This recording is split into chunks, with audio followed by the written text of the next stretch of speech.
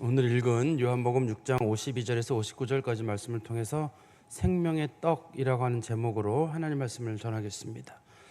요한복음 6장 1절에서 21절 앞부분에 보면요, 어떤 말씀이 나오냐면 예수께서 두 가지 이적을 하게 되는데요, 하나님의 아들이 아니면 할 수 없는 특별한 이적을 베푸시게 됩니다. 첫 번째 이적이 어떤 거냐면 예수님께서 벳세다 광야에서 보리떡 5개랑 물고기 2마리로 5천 명을 먹인 사건입니다. 그리고 그 다음에 곧바로 이어서 예수님께서 풍랑이는 바다에서 제자들이 수고하고 있을 때 예수님께서 바다를 걸어서 그 제자들에게 오신 사건입니다. 이 사건은 구약에 있는 사건과 연결이 되는데요, 구약에서 하나님께서 만나를 내리셔가지고 이스라엘 백성들을 먹이신 사건과 똑같은 사건입니다. 그래서 이게 예수 그리스도께서 구약의 여호와 하나님과 같은 분이시다라는 걸 보여주는 사건이거든요. 또 무리를 거르신 사건도 하나님께서 홍해를 가르신 그 사건과 똑같은 사건이어가지고 어쩌면 그 사건보다 더 뛰어난 사건입니다. 더 뛰어난 사건이어서 예수가 하나님의 아들이라는 것을 증언하는 그런 사건입니다. 그런데 예수님께서는 이런 사건을 통해서 제자들에게나 혹은 사람들에게 뭐를 알려주시려고 하시냐면 자신이 하나님의 아들이다, 특별히 영생을 주시는 하나님의 아들이라는 사실을 예수님께서는 알리기를 원하십니다. 특별히 이 두 사건이 있는데, 이 본문을 보면 하나는 오병이어 사건이고 하나는 무리를 거르신 사건이잖아요. 이 두 사건 중에 사실 어떤 사건이 좀 더 영적인 의미를 갖고 있냐면 오병이어 사건이 더 큰 영적인 의미를 가지고 있습니다. 근데 이제 예수님께서는 이거를 통해 가지고 자신이 하나님의 아들이고 영생을 주시는 분이라는 사실을 사람들에게 알리기를 원하셨는데, 사람들은 그 표적 두 가지를 보고 나서 다른 방향으로 반응을 보이게 됐습니다. 오병이어 기적을 경험하고 난 다음에 예수님만 보면 빵 생각이 나는 거예요. 저분은 빵을 주시는 분이다.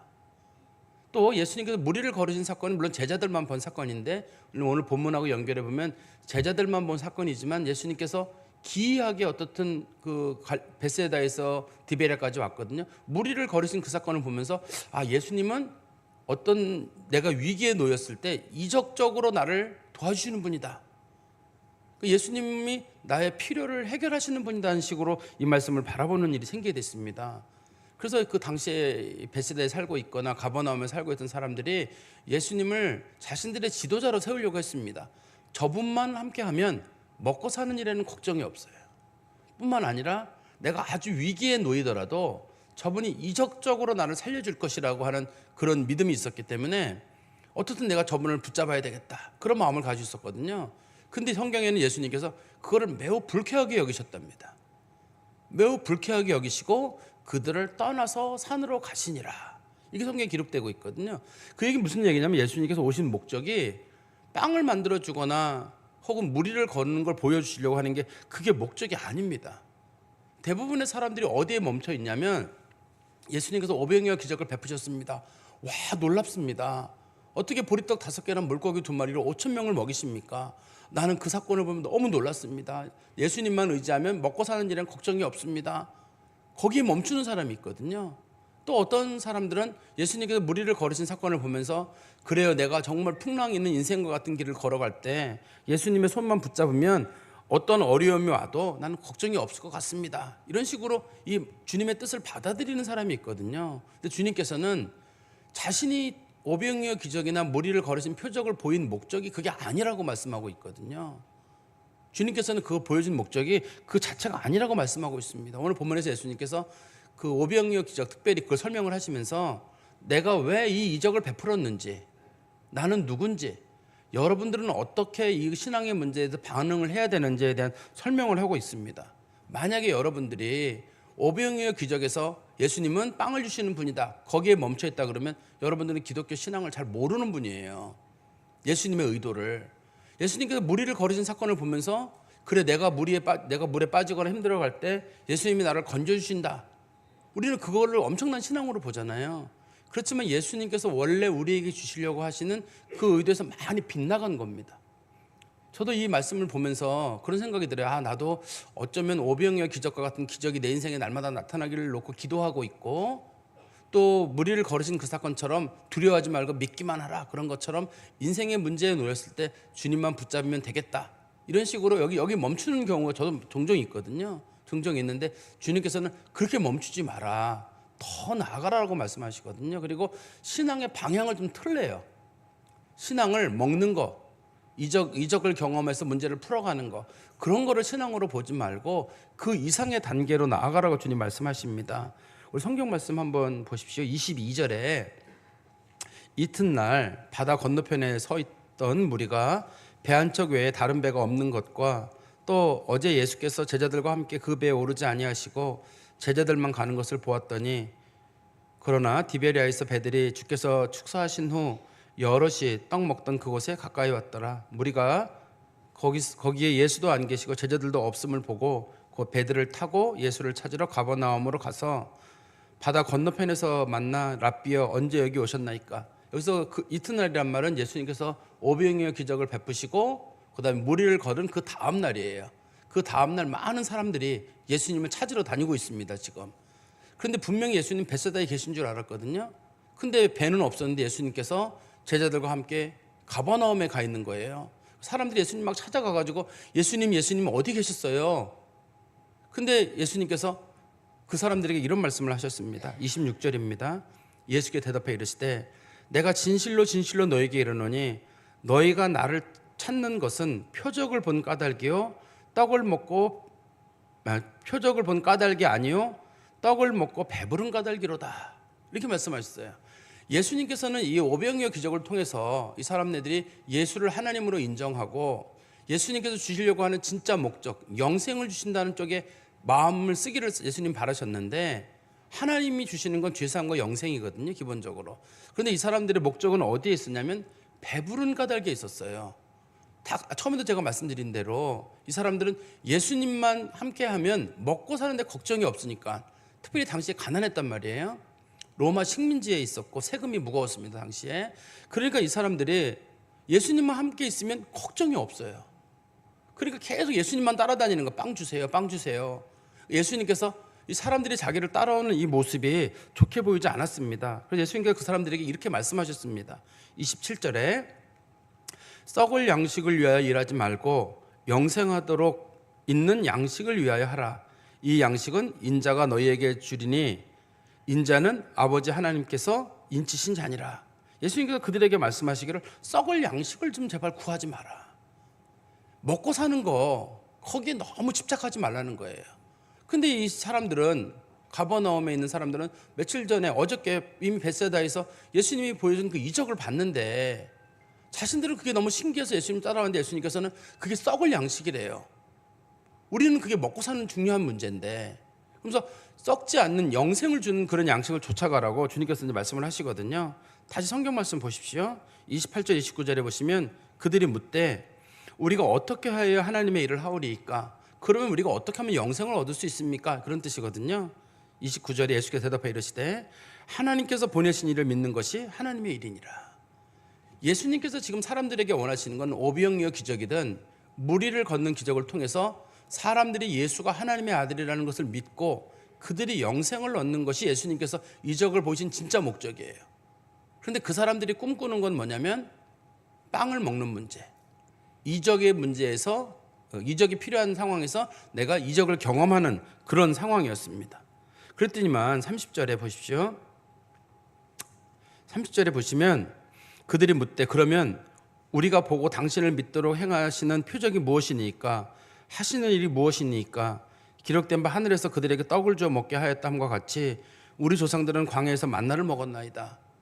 당신이 만약에 하나님의 아들이라 그러면 만나를 내려주십시오. 이스라엘 백성들이 40년 동안 광야에서 만나를 먹지 않았습니까? 우리도 지금 당신을 쫓아다니면 당신이 우리에게 오병이어 기적을 베푼 것처럼 이걸 40년만 베풀어 주시면 우리도 당신을 따르겠습니다. 평생 먹고 사는 일이 없도록 내 문제를 다 풀어주십시오. 그러면 내가 당신이 하나님의 아들인 걸 인정하겠습니다. 사람들이 그런 반응을 예수님께 보였거든요. 사실 이스라엘 백성도 40년 동안 광야 생활하면서 하나님이 내신 만나를 먹었단 말이에요. 늘 감사하는 마음으로 그 만나를 먹었는데 이 사람들은 말하기를 당신이 만약에 그 오병이어 기적을 통해서 하나님의 아들이라는 걸 보여준다 그러면 한 번 이적 말고 날마다 이적을 베풀어 주면 되지 않습니까? 이렇게 사람들이 예수님께 반문한 겁니다. 그때 예수께서 32절에 이르시되 내가 진실로 진실로 너에게 이르노니 모세가 너에게 하늘로부터 떡을 준 것이 아니라 내 아버지가 너에게 하늘로부터 참떡을 주시나니 하나님의 떡은 하늘에서 내려 세상에 생명을 주는 것이니라. 예수님께서는 만나를 먹는다 하는 거 모세가 준 것도 아니지만 하나님이 주신 거긴 한데, 그거는 향후 사람들이 누릴 참떡에 관한 것, 즉 생명을 주는 떡에 관한 거에 대한 예표라는 거예요. 하나님께서 주시는, 하늘에서 주시는 특별한 떡이 있는데 그 떡에 대한 예표인데, 그 떡은 예수님을 뜻하는 거죠. 이 본문에서는. 그러니까 하늘에서 내려온 참떡인 예수를 믿고 사람들이 구원의 길에 이르도록 하시려고 하나님의 아들이 친히 인간의 몸을 입고 우리 가운데 내려오신 겁니다. 근데 이 본문에서 떡이라는 표현을 쓰다 보니까 우리는 여전히 초점이 어디 가 있냐면, 오병이어 기적에서도 빵, 만나에서도 먹는 거, 다 먹는 거에만 하고 있는데, 예수님께서는 이 본문에서 떡이라는 표현을 쓰는 거는 자신의 몸을 뜻하는 겁니다. 이 본문에서는 34절 말씀 보십시오. 그들이 이르되 주여 이 떡을 항상 우리에게 주소서. 생명을 주는 떡이라 그러면 그거 항상 주시면 되지 않습니까?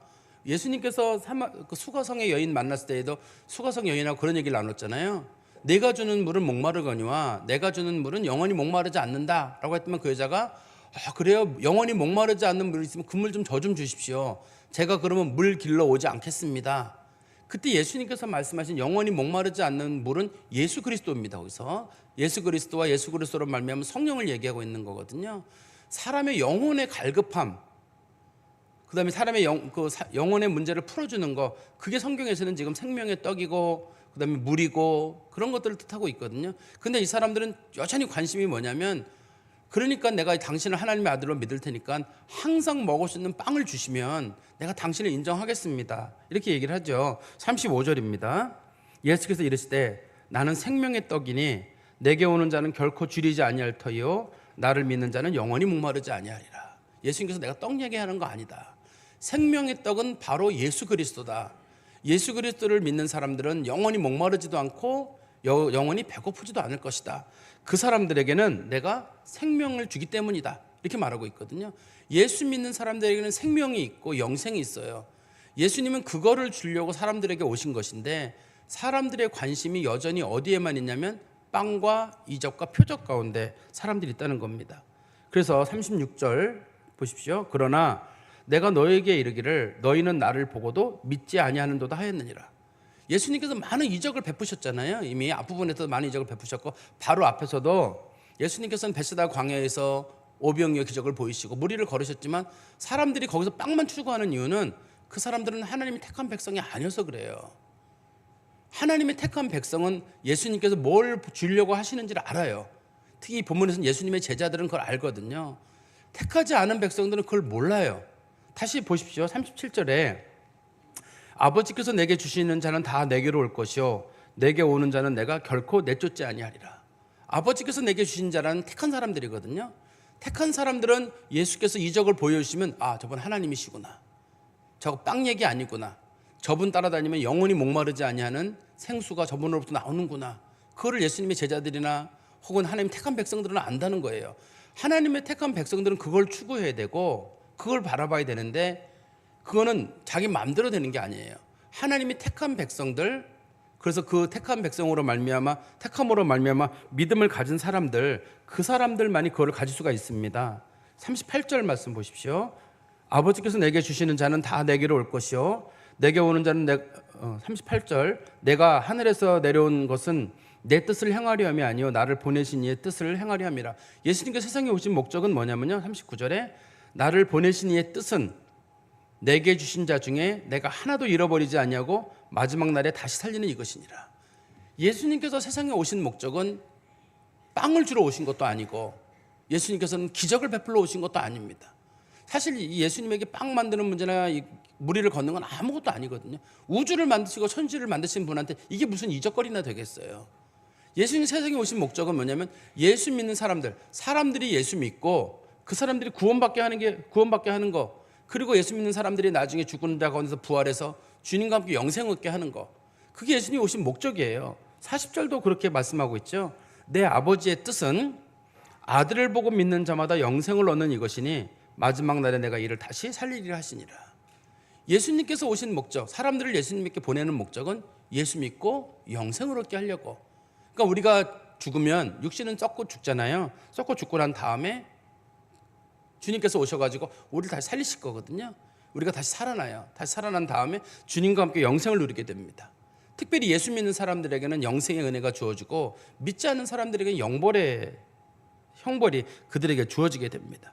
예수님께서 오신 목적은 뭐냐면 하나님의 아들을 통해서 사람들이 영생을 얻도록 하는 게 목적이기 때문에 우리 그리스도인들도 초점이 빵이 되거나 이적이 되면 안 돼요. 영생, 하나님의 나라, 그다음 하나님 나라의 상급, 하나님과의 관계 회복, 구원, 죄사함, 그런 데 사람들이 마음을 많이 둬야 된다는 겁니다. 우리가 이 세상에서 많은 것들을 누린다고 하더라도 어차피 다 놓고 갈 거잖아요. 어떠십니까? 여러분들이 이 세상에서 음식을 많이 먹어요. 많이 먹었다고 해서 내일 하루 지나고 나면 다 소화되고 배설되고 끝나잖아요. 또 소화를 안 짓고 잘 가지고 있다 할지라도 죽고 난 다음에는 다 놓고 갈 것들이잖아요.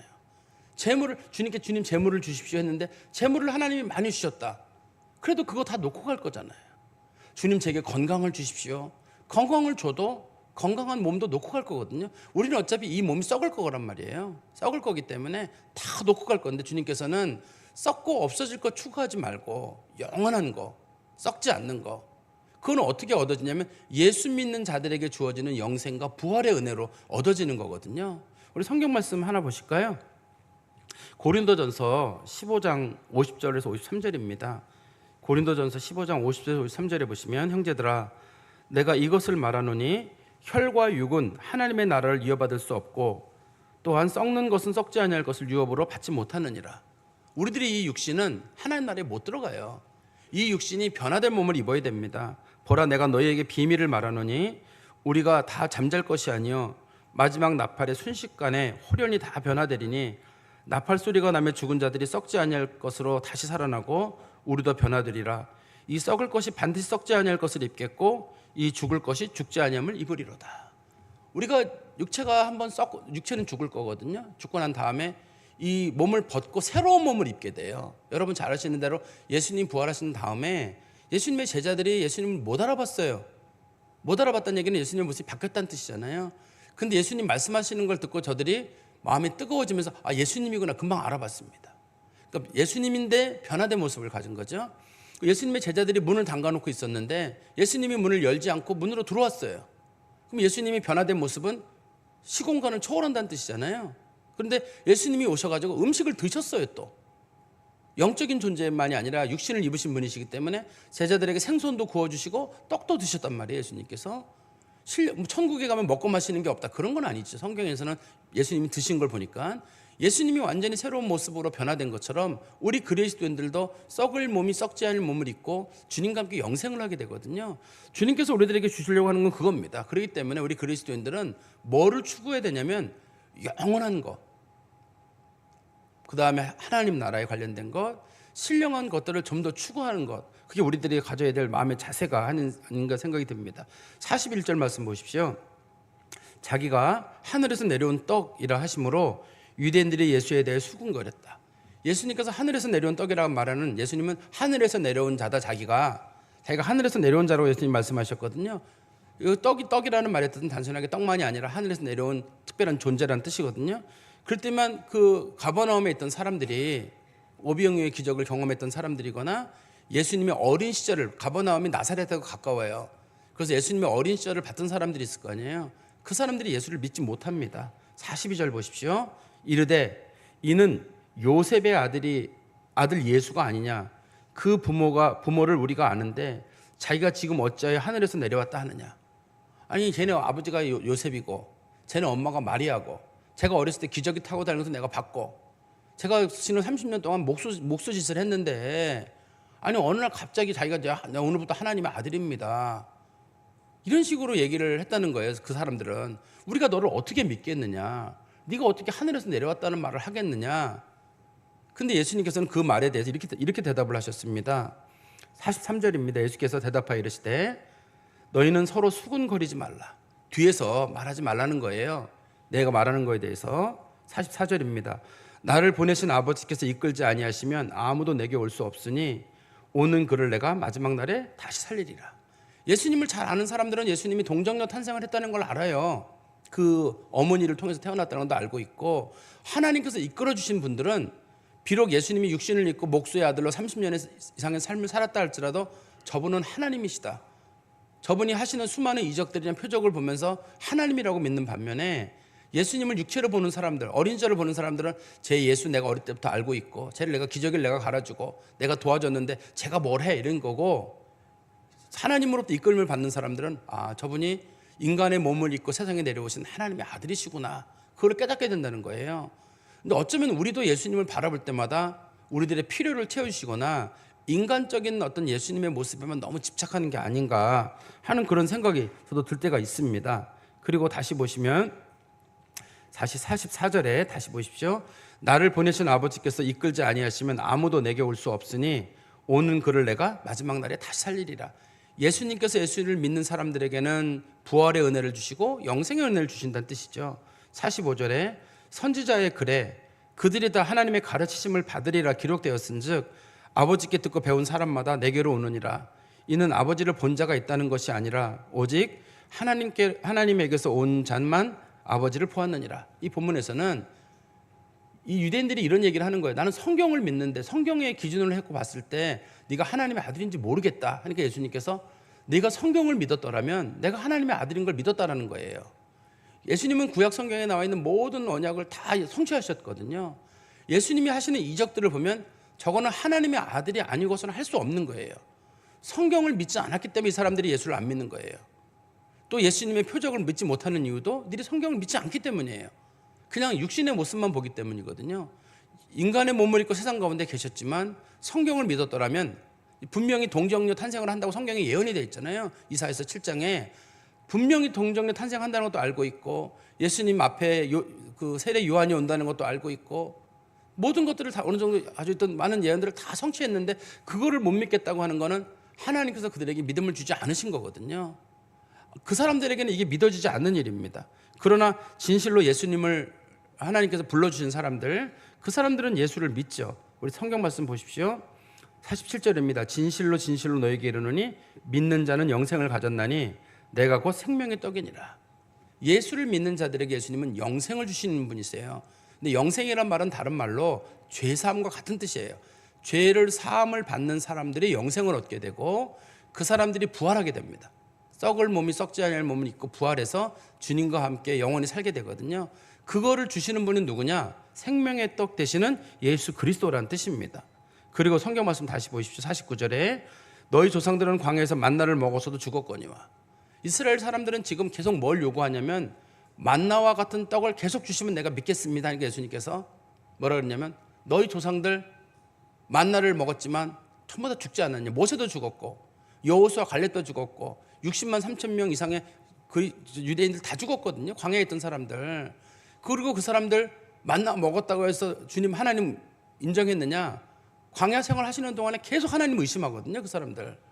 그러니까 만나 먹는다고 하나님 믿는 거 아닙니다. 하나님께서 뭐 음식 계속 공급해 준다고 하나님 믿는 거 아니에요. 근데 우리의 기도의 대부분은 하나님 이거 해결해 주십시오, 저거 해결해 주십시오, 그런 식의 기도가 사실 대부분이에요. 저도 마찬가지. 우리 기도가 뭐냐면 하나님 제가 금전적으로 어려우면 금전적인 문제를 채워주십시오. 몸이 좀 안 좋으면 몸을 좀 치료해 주십시오. 사람 관계가 안 좋으면 사람 관계를 좀 풀어주십시오. 뭐 이런 것들이 우리들 기도 대부분이에요. 사실은요. 어떠세요? 여러분들의 기도의 대부분은 주로 우리들은 거기에 들어있거든요. 근데 주님께서는 그런 것들 좀 추구하지 말고 신령한 거, 좀 영적인 거, 구원에 관련된 걸 자꾸만 추구하라고 말씀하고 있는데 우리가 그런 걸 추구하지 않다 보니까 우리가 자꾸만 실망하는 일이 있어요. 여러분들이 하나님 앞에 실망하는 게 주로 어떤 거냐면 하나님 내가 기도를 했는데 왜 응답이 안 되느냐. 내가 떡을 달라고 분명히 보통 몇 년째 기도하고 있는데 왜 떡을 안 주느냐. 내가 내 통장에다가 얼마 넣어달라고 얘기를 했는데 왜 그거를 아직까지 안 주느냐. 벌써 몇 년 됐는데 이게. 내가 질병 가운데 고생하면서 이 문제 풀어달라고 몇 번 부르짖었는데 왜 안 주냐. 당신 말로는 뭐 부르짖으면 다 해결해 준다고 그러고 문제 풀어준다는데 아니 그래서 내가 기도를 오래 하지 않았느냐. 주여 뭐 부르짖으면서 했는데 왜 이걸 안 도와주냐는 거예요. 지금 그게 오병이의 기적을 본 사람하고 똑같잖아요. 아니 빵 달라는 게 뭐 잘못이냐. 빵을 계속 주십시오. 근데 예수님께서 빵 주는 거 그거 먹으면 먹었다고 사람이 사느냐, 죽지 않느냐. 질병 가운데 나왔다고 해서 그 사람이 안 죽느냐. 돈이 좀 있다고 해서 그게 안 죽느냐는 거예요. 사람들은 어차피 다 죽고 사라질 것들인데, 사람들이 정말 하나님 앞에 온전히 사는 방법은 그런 것들이 아니라 생명의 떡인 예수를 먹고 마시는 일이어야 되거든요. 우리 한번 다시 보십시오. 50절에 있는 하늘에서 내려온 떡이니 사람으로 하여금 먹고 죽지 아니하게 하는 것이니라. 나는 하늘에서 내려온 살아있는 떡이니 사람이 이 떡을 먹으면 영생하리라. 내가 줄 떡은 곧 세상의 생명을 위한 내 살이니라 하시니라. 예수님께서 살이란 표현을 쓰는 이유는 자기가 십자가에 자신의 몸을 찢어서 사람들의 죄를 대속하기 위해서 자신의 몸을 준다는 거예요. 그러니 그 살을 먹어라 이런 뜻이 아니라, 성경에서는 믿는다는 말을 먹는다는 말로 구체화시킨 거거든요. 그 사실을 믿어라. 그러면 너희들에게 구원의 은혜가 있고 영생의 은혜가 있다. 그러니까 기독교인의 초점은 어디에 초점을 둬야 되냐면, 죄사함과 영생, 부활, 하나님 나라에서의 은혜, 이런 것들을 그리스도인들이 추구해야 됩니다. 그런데 요즘 우리가 이제 이 시대의 흐름인지 모르겠는데, 제가 가끔 기독교 방송을 보다 보면 유명한 신학교 교수님들이거나 목사님들이 나오셔가지고, 다 그런 건 아니에요. 간혹 어떤 분들이 이런 얘기를 하시더라고요. 자기가 볼 때 지옥이란 죽고 난 다음에 지옥은 없는 것 같다. 현실의 사람들의 고통, 빈부격차의 문제, 우리 사회가 곧 지옥인 것 같다. 그런 얘기를 하시는 분이 계시더라고요. 어떤 삶이 지옥과 같은 삶일 수는 있습니다만, 내세 지옥은 없고 이 세상이 곧 빈부격차나 불평등의 사회가 이게 지옥이다라고 말하는 거는 거의 민중신학하고 해방신학에 놓여 있는 사람들이거든요. 이거를 어떻게 복음이라고 할 수 있나요? 그리고 천국이라고 하는 걸 말하기를, 천국은 마음의 상태다. 실제로 천국이라는 게 있는 게 아니라 내가 마음 먹기 따라서 내가 천국을 누리는 거다, 이런 식으로 보시는 분들이 계시고, 영생이란 뭐냐? 죽고 난 다음에 영원히 죽고 사는 그런 건 없다. 그분들이 주장하기를 영생이란 그냥 우리가 죽고 난 다음에 사람들이 우리를 계속적으로 기억해 주는 거. 그게 우리는 죽지만 사람들의 기억 속에서 우리가 살아남는 거. 그래서 우리가 큰 업적을 남기면 사람들이 동상을 만들고 우리를 기억해 준다 그러면 그게 영생이 아니겠느냐. 또 육체적인 부활, 그런 거 없다. 사람 죽으면 육체는 다 사라지고, 물론 뭐 영이 남아서 하나님 앞에 갈지는 모르겠는데 육체적 부활은 없다는데, 성경에서는 육체적 부활이 있다고 말하거든요. 예수님 부활하신 것처럼. 그리고 우리가 죽으면 잔다. 의식도 없이 그냥 자는 거로 끝난다. 성경에 보면은 죽는 것을 잔다라고 표현한 표현이 있거든요. 그걸 죽음을 잔다라고 표현한 거지 곧 잔다는 뜻은 아닙니다. 죽음을 잔다는 거로 이해하는 분들을 안식교도라고 하거든요. 이단의 교리입니다. 그런데 이렇게 이단적인 교리가 우리 사회에 많이 있어요. 어차피 우리는 예수 믿는 사람이든 믿지 않는 사람이든 간에 우린 다 죽어요. 우리들의 몸은 다 썩습니다. 썩고 다 사라져요. 그리고 예수께서 다시 오시는 날 우리들이 신령한 몸을 입어요. 부활하게 되거든요. 예수 믿는 사람들은 영생에 합당한 몸으로 부활을 하게 되고, 안 믿는 자들에게는 그 지옥의 형벌에 합당한 몸으로 부활의 역사가 일어납니다. 그리고 예수 믿는 사람들은 그리스도와 더불어 영원토록 천국에서 복을 누리게 되고, 믿지 않는 사람들은 영벌을 받게 돼요. 그러면 우리가 마음의 방향을 어디다 둬야 되냐면, 하나님 나라에서 내가 어떻게 하면 하나님과 깊이 있는 관계를 갖고 하나님 나라에서 얼마나 더 큰 상급을 누릴 것이냐인데, 우리는 사실 하나님 나라의 상급이 별로 관심이 없어요. 하나님 나라에 여러분 상급이 있습니다. 여러분들이 남에게 구제하고 베풀고 그리스도의 복음을 전하고 여러분들이 순교하면 여러분들 하나님 나라에 상이 있습니다라고 하는데, 사람들이 있어요? 그 정도의 끝이에요. 왜냐하면 있다 그러면 내가 순교하지 않겠어요? 복음 전하러 가지 않겠어요? 누구 배고픈 사람 있으면 사주지 않겠어요? 여러분, 가난한 사람 하나 대접하면 그리스도를 대접하는 겁니다. 하늘의 상이 꼭 있습니다. 여러분들이 어딘가에서 복음을 전하면 하나님께서 귀히 보시고 여러분들 하늘의 별과 같이 빛날 겁니다. 여러분들이 그리스도 목숨을 버리면 그리스도를 위해서 그리스도께서 그 생명을 꼭 기억하십니다. 그게 성경이 가르치는 가르침이란 말이에요. 우리는 나는 내세의 거는 관심 없어요. 이 세상에서 내가 안 아팠으면 좋겠고 어디 선교까지 멀리 가고 싶지 않아요. 번거로워요. 간단하게 여행을 다니거나 뭐 크루즈를 다니는 건 몰라도 난 선교는 난 생각해 본 적도 없어요. 구제요? 생각해 본, 나 하나 먹기도 힘든데 내가 누굴 구제를 해요? 그러니까 사실 우리는 엄밀하게는 내세 영생에 대한 거에는 관심이 없고 아예 안 믿는 거나 마찬가지일지도 모르겠어요. 우리들 자신이. 그래서 우리들의 기도 제목도 하나님의 나라나 하나님의 의나 이런 것들이 기도 제목이 아니라 그냥 먹고 마시는 것이 온통 기도 제목인데, 문제는 이게 저도 마찬가지예요.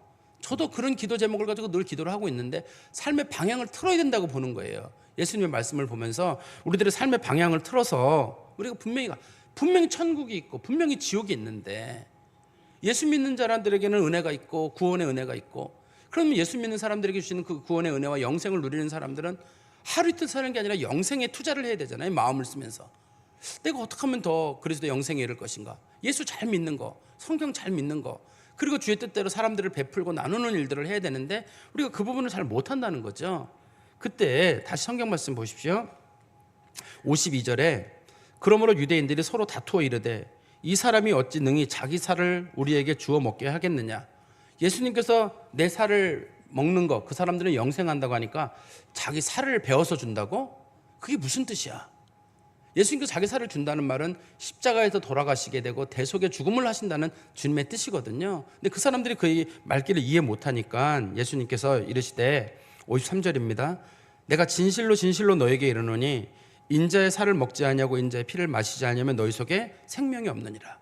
여기서부터 59절까지 나오는, 이 58절까지 나오는 말씀이 예수님께서 성찬 시기에서 하신 말씀하고 똑같아요. 그래서 어떤 분들은 이게 성찬의 말씀이라는데 이건 성찬의 말씀은 아닙니다. 성찬의 말씀은 예수님께서 십자가를 지시기 전날 밤에 제자들에게 떡과 포도주를 주시면서 나를 기념해라, 이것은 내 몸이고 내 피다라고 하면서 나를 기념하라고 하신 게 목적이거든요. 그렇지만 이 말씀은 어디서 하셨냐면 59절에 보십시오. 장소가 다릅니다. 시간과 장소가 달라요. 이 말씀은 예수께서 가버나움 회당에서 가르치실 때 하셨느니라고 되어 있잖아요. 예수님이 두 번 이 말씀을 하셨다고 봐야 돼요. 한 번은 사역 초기에 이 말씀을 한 번 하셨고, 당신이 십자가를 지실 것을 말씀하셨고, 그 다음에 두 번째 돌아가시기 직전 전날 말씀하신 것은 예수님께서 그 최후의 만찬 자리에서 하신 말씀이거든요. 다른 말씀이에요. 근데 이 말씀이 너무 중요하기 때문에 주님께서는 이 말씀을 두 번에 걸쳐서 강조하시는데요. 다시 보십시오. 53절부터 우리 55절까지 말씀해 보시면 예수께서 이르시되 내가 진실로 진실로 너에게 이르노니 인자의 살을 먹지 아니하고 인자의 피를 마시지 아니하면 너희 속에 생명이 없느니라. 내 살을 먹고 내 피를 마시는 자는 영생을 가졌고 마지막 날에 내가 그를 다시 살리리니 내 살은 참된 양식이요 내 피는 참된 음료로다. 살과 피를 여기서 얘기하는 건 예수님께서는 그리스도를 얘기하거든요. 예수를 믿으란 뜻이에요.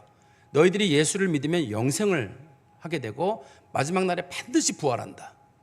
부활해서 반드시 영생한다는 뜻입니다. 그리고 56절 말씀 보십시오.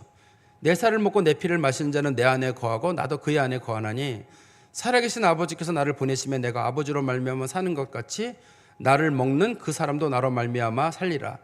이것은 하늘에서 내려온 떡이니 조상들이 먹고도 죽은 그것과 같지 아니하여 이 떡을 먹는 자는 영원히 살리라.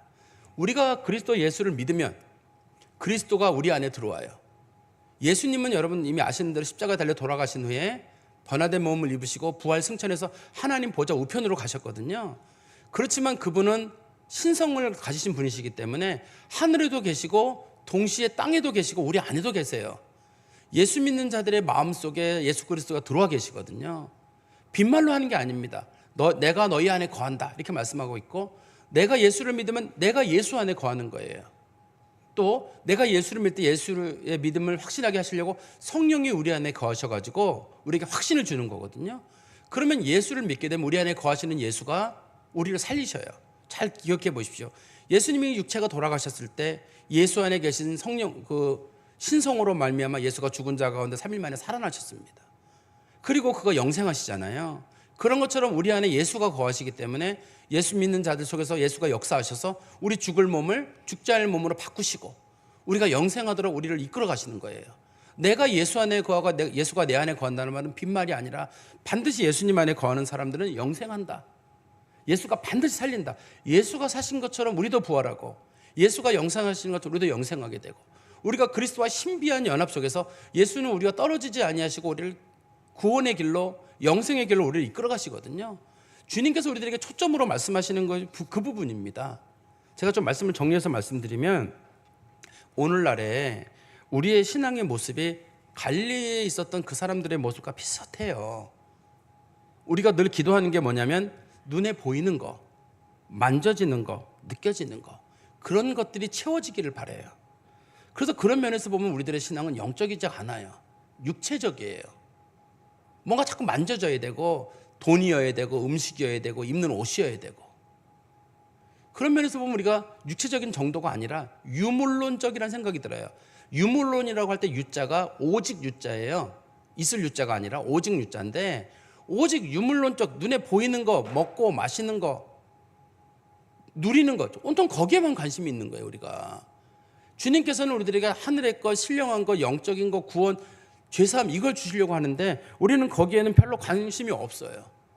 그래서 우리가 감사하는 걸 보시면, 나를 구원하신 게 감사합니다, 지금 세상에서는 가난하지만 하늘의 소망을 주신 게 감사합니다, 이런 게 아니라 하나님 재물을 주셔서 감사합니다, 제 기도를 응답해 주셔서 우리 애가 좋은 학교에 간 걸 감사합니다, 저희 가정이 여러 가지 어려움이 없는 게 감사합니다. 주로 감사는 거기에 있어요. 원망은 뭐냐? 하나님 주지 않아. 왜 안 주셨어요? 왜 안 채워주셨어요? 왜 나를 아프게 하세요? 우리는 그건 원망이에요. 우리의 관심은 영적인 거, 하나님 나라에 관련된 거, 그런 것들이 아니고, 원망도 주로 내 물질적인 문제가 채워지지 않으면 그거에 대한 응답 주신 거지 않은 거에 대한 계속 원망이 들어있는 거예요. 여러분들이 기도 응답을 받았다고 하는 거, 저도 마찬가지입니다만, 기도 응답을 받았다고 하는 대부분들은 주로 물질에 관련된 것들이에요. 내가 기도했는데 하나님 주신 거 감사합니다. 근데 그게 안 이루어지게 되면 하나님 원망하게 되는 일이 생기거든요. 예수님께서 주시려고 하신 것은 영적인 거잖아요.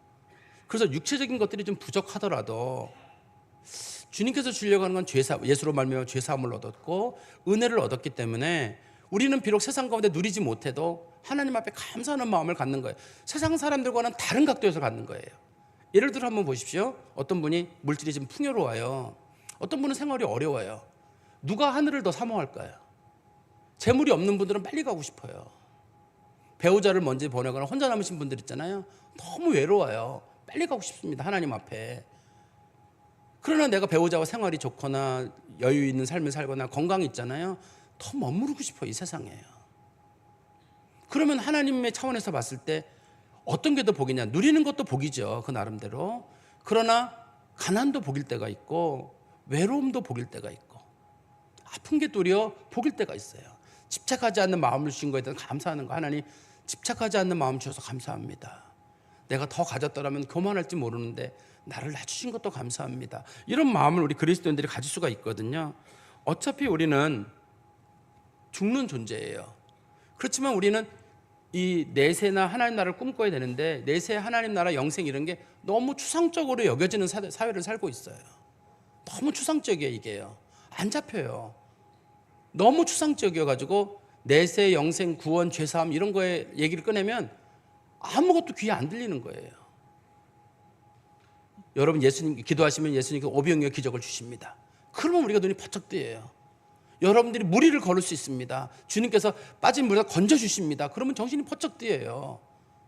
여러분, 그거 보지 마시고 하나님께서 여러분들에게 영생을 주십니다, 내세를 주십니다, 부활의 은혜를 주십니다. 거기에 주님은 초점을 두라고 하는데 우리는 그 부분에 관심을 못 두는 이유는 너무 우리가 물질 세계와 영적 육체적인 삶에 너무 관심을 갖고 있는 게 아닌가 하는 생각이 듭니다. 그러면 저나 여러분이나 우리가 그동안 뭘 구하고 있었나요? 요한복음 6장에 보면은 먹을 거 구하고 입을 거 구하고 마실 거 구하고, 예수님께서 너희들이 무엇을 먹을까, 무엇을 마실까, 무엇을 입을까 구하지 말라. 이는 이방인들이 구하는 것이라. 너희는 먼저 그의 나라와 그의 의를 구하라. 먼저라는 말의 뜻은 제일 중요하다는 뜻입니다. 가장 중요한 건 그의 나라와 그의 의를 구하라. 하나님 나라를 구하고 영생을 구하고 그의 나라와 그의 의라는 말은 예수 그리스도를 말미암아 우리가 죄사함을 받고 의롭다함을 얻었다는 거, 그거에 감사해라. 그러면 내가 너희에게 이 모든 것을 더하시리라 하니까 사람들이, 아 그래요? 내가 하나님 나라를 구하고 의를 구하면 먹을 거 마실 거 다 준다는 뜻인가요? 그런 뜻 아니에요. 이 말의 뜻은 그러면 너희들이 때로는 부족하더라도 하나님 앞에 감사하는 마음을 가지실 다는 뜻이거든요. 그리스도인들 가난했어요. 그리스도인들 힘들었습니다. 그러나 하늘의 소망 가운데서 하나님의 나라를 바라보고 그리스도께서 주신 죄사함과 은혜를 사모하고 끝까지 믿음의 길을 갔거든요. 우리 그리스도인들에게 필요한 것이 그 부분이 아닌가 생각이 듭니다. 우리가 한 번쯤 신앙의 방향을 틀어가지고 내가 그동안 어디를 받는가, 무리를 걷는 거에만 받는지, 오병이어 기적처럼 뭔가 빵이 뚝 떨어지고 생선이 툭 나타나는 거 그것만 구했는지, 하나님의 나라는 구하지 않고 천국도 구하지 않고 그리스도 앞에 죄 사면 관심이 없던 삶을 살았던 것은 아닌가.